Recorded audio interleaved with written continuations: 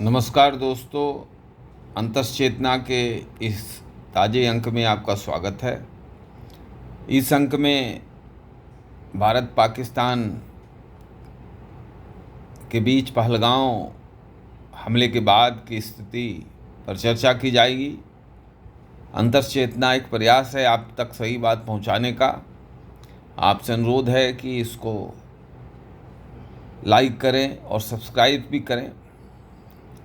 तो दोस्तों, भारत पाकिस्तान के बीच आतंकवाद की घटनाएं काफ़ी दिनों से बंद थीं। पाकिस्तान की हालत बहुत ही कमज़ोर होती जा रही है। आर्थिक तौर पर पाकिस्तान काफ़ी पिछड़ चुका है, रोटी के लाले पड़े हैं। दुनिया में पाकिस्तान की जो पासपोर्ट है उसकी हालत बहुत ही नीचे गिर गई है। पाकिस्तान के अंदर की भी जो हालत है वो भी बहुत ख़राब है। बलूचिस्तान में बलवे हो रहे हैं। कुछ हफ्ते पहले बलूचिस्तान में बलूच अधिकारों के लिए लड़ने वाले बलूच लिबरेशन आर्मी ने एक चलती हुई ट्रेन जफर एक्सप्रेस का किडनैपिंग कर लिया था।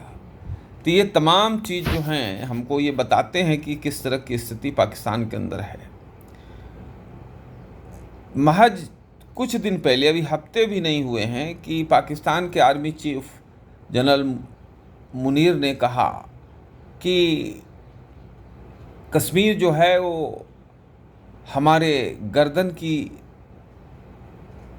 नस है और कश्मीर हम ले के रहेंगे। और भारत जो टू नेशन थ्योरी के आधार पर भारत से पाकिस्तान अलग हुआ था, बिल्कुल सही था। हम हिंदुओं से हेट करते हैं, हम हिंदुओं के खिलाफ हैं। ये पाकिस्तान की कायराना इस तरह की बातें होती रहती हैं पाकिस्तान की तरफ से। और आर्मी पाकिस्तान की सबसे बड़ी संस्था है, मजबूत संस्था है। पाकिस्तान में किसी भी पार्टी की हुकूमत चलती हो, आर्मी का सिक्का उससे भी ऊपर रहता है। हम सबको पता है कि पाकिस्तान की जो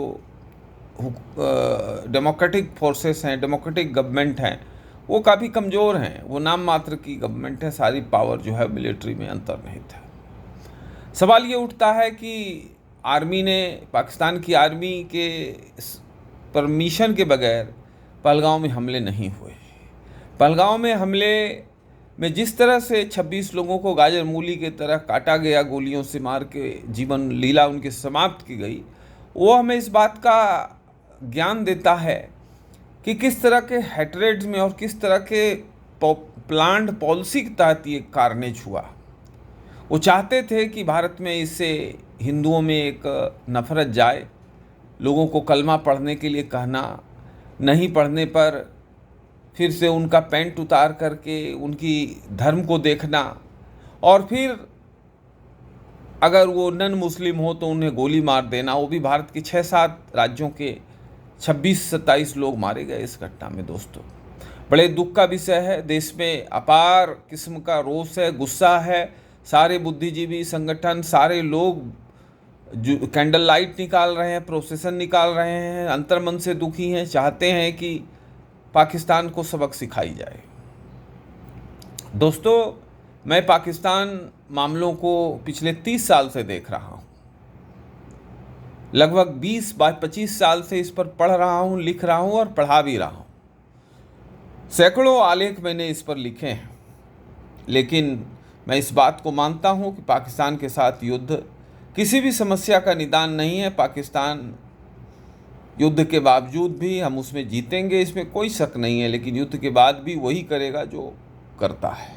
लेकिन इसके बावजूद भी मैं, भारत सरकार अगर पाकिस्तान के कुछ चुनिंदा शहरों पे हमले करती है, टारगेट स्ट्राइक करती है या सर्जिकल स्ट्राइक करती है, तो उसका समर्थन करता हूँ। उसके समर्थन का कारण सबसे बड़ा दोस्तों ये है कि जिस तरह से भारत ने पिछले 20 सालों में प्रगति की है, आज भारत 5 ट्रिलियन की इकोनॉमी बन गई है और 2047 में भारत जो है वो बने लगभग 15 से 18-20 ट्रिलियन की इकोनॉमी हो जाएगी। दुनिया की तीसरी आर्थिक व्यवस्था हो जाएगी। ये कहीं कहीं पाकिस्तान को चुभता है। पाकिस्तान हमारे सामाजिक ताने बाने को तोड़ना चाहता है और कश्मीर को अनफिनिश्ड एजेंडा ऑफ पार्टीशन बनाता है, जिससे आर्मी वहाँ की चल जाए। मैं कहना चाहता हूँ पाकिस्तानी हुक्मरानों से कि कश्मीर अब unfinished agenda of partition India के लिए है। चूँकि जो कश्मीर है, जिसमें जम्मू कश्मीर है, पीओके है और नॉर्दर्न एरिया है, गिलगित बल्तिस्तान वगैरह है, इसका ज्वाइंट जो क्षेत्र है ये लगभग 1.5 लाख स्क्वायर किलोमीटर का है। ये बिहार और झारखंड के लगभग बराबर क्षेत्रफल का है, पॉपुलेशन बहुत कम है। और ये इसमें जो गिलगित और बल्तिस्तान प्रांत है वो सेंट्रल एशिया से सीधा लगता है, उसका बॉर्डर सेंट्रल एशिया से लगता है, उसका बॉर्डर अफगानिस्तान से लगता है। और वहाँ के राजा ने आज़ादी के समय जो कांड हुआ जिसमें कश्मीर कुछ उधर चला गया, बाकी हमारे रह गया, इसमें एक इंस्ट्रूमेंट ऑफ एक्सेशन पे कश्मीर के उस समय के राजा ने साइन किया था। और राजा के साइन करने के बाद भारत में विलय करने का उन्होंने साइन किया था, तो भारत का ऑलरेडी कश्मीर हो चुका है। अब सवाल यह है कि कश्मीर पर हम कब्जा नहीं कर रहे हैं, कश्मीर को फिर से मिला रहे हैं। और उन जगहों पे गिलगित में, बल्तिस्तान में, पाक ऑक्युपाइड कश्मीर में बहुत ही हालत पाकिस्तान के आर्मी के लिए खिलाफ है। कब्जे पे कब्जा, नहीं सहेगा, नहीं सहेगा, ये नारा वहाँ लगता है। कब्जा क्या है भाई? नंबर 1 कब्जा तो आपने इंडिया का कर लिया, दूसरा कब्जा आप फिर से कर रहे हो कि हमारा नहीं चलने दे रहे हो, मेरे संस्कृति को, मेरे रोजी रोटी पर आप आघात कर रहे हो। ऐसा वहाँ की जनता पाकिस्तान के आकाओं को बताती है, नारे लगते हैं, जुलूस निकलते हैं। उधर बलूचिस्तान में काफ़ी आग लगा हुआ है, 25,000 बलूच लड़ाके लड़ रहे हैं बलूचिस्तान में पाकिस्तान की सेना से। आज समय आ गया है दोस्तों कि भारत सरकार को खुले तौर पर उन बलूच लड़ाकों को समर्थन देना चाहिए, नैतिक समर्थन देना चाहिए, आर्थिक समर्थन देना चाहिए, साजो सामान का समर्थन देना चाहिए, सेना के ट्रेनिंग का समर्थन देना चाहिए, जिससे चूंकि वो हमारे लिए लड़ रहे हैं, वो अपना देश उनका बनेगा, लेकिन पाकिस्तान को तोड़ने में बलूच विद्रोही बहुत ही अहम किरदार निभाने जा रहे हैं। भारत सरकार को चाहिए कि बलूच विद्रोहियों को जम के सहायता दे। दूसरा चीज़ कि भारत सरकार को ये चाहिए कि जो पाक ऑक्युपाइड कश्मीर है और गिलगित बल्तिस्तान का जो 1.5 लाख स्क्वायर किलोमीटर है, जैसा कि हमने कहा कि बिहार और झारखंड की जो ज्वाइंट टेरिटरी है उससे भी बड़ा प्रक्षेत्र है भौगोलिक तौर पर, उसको भारत में फिर से मिलाने की आज आवश्यकता है।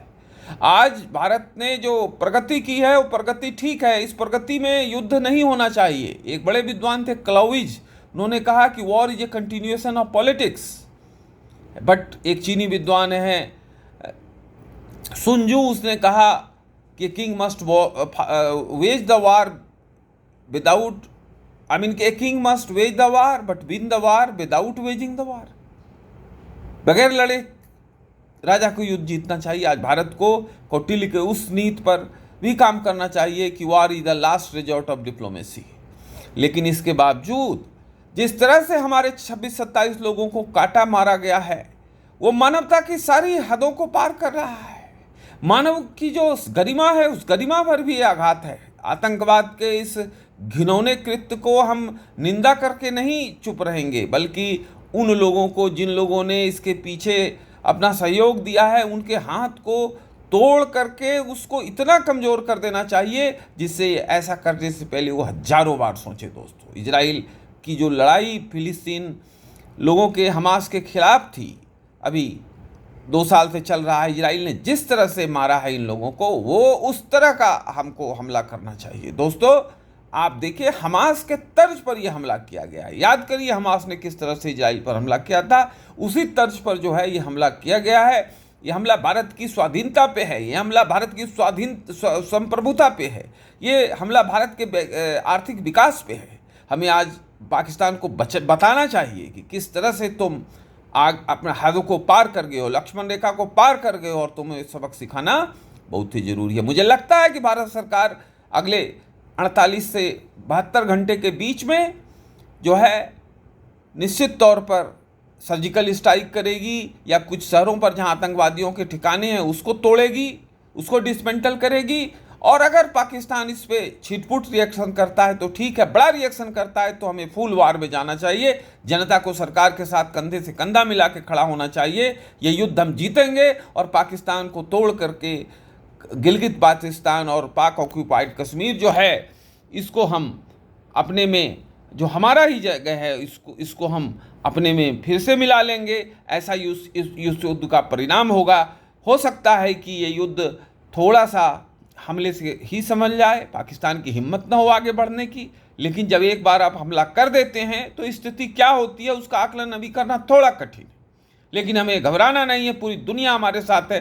ये 140 करोड़ की जनता के मनोबल को पाकिस्तान के चंद मुट्ठी भर जनरल और चंद मुट्ठी भर उनके समर्थक जो विदेश में बैठे हैं, टर्की है, चीन है, वो हमको कमज़ोर नहीं कर सकते। हमारे जज्बे को, भारत के लोगों को की बलिदान को वो नहीं जानते। भारत के लोग अपने जननी को, जन्मभूमि को कभी भी किसी भी खतरे से रक्षा करने में सक्षम है। मुझे लगता है और पूरा विश्वास है कि भारत सरकार इस पर एक निर्णायक कदम लेने जा रही है। हम सबको उसका समर्थन करना चाहिए। दोस्तों, नमस्कार।